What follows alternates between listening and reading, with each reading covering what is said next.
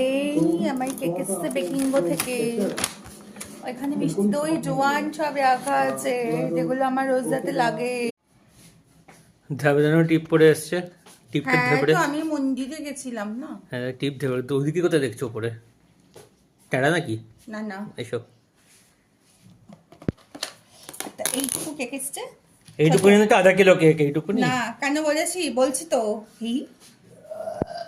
বাবা ঠেকুর রাখে।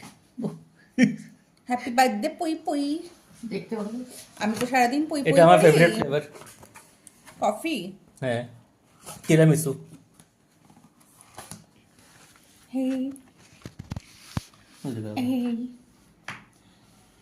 এই তো আমার কেক।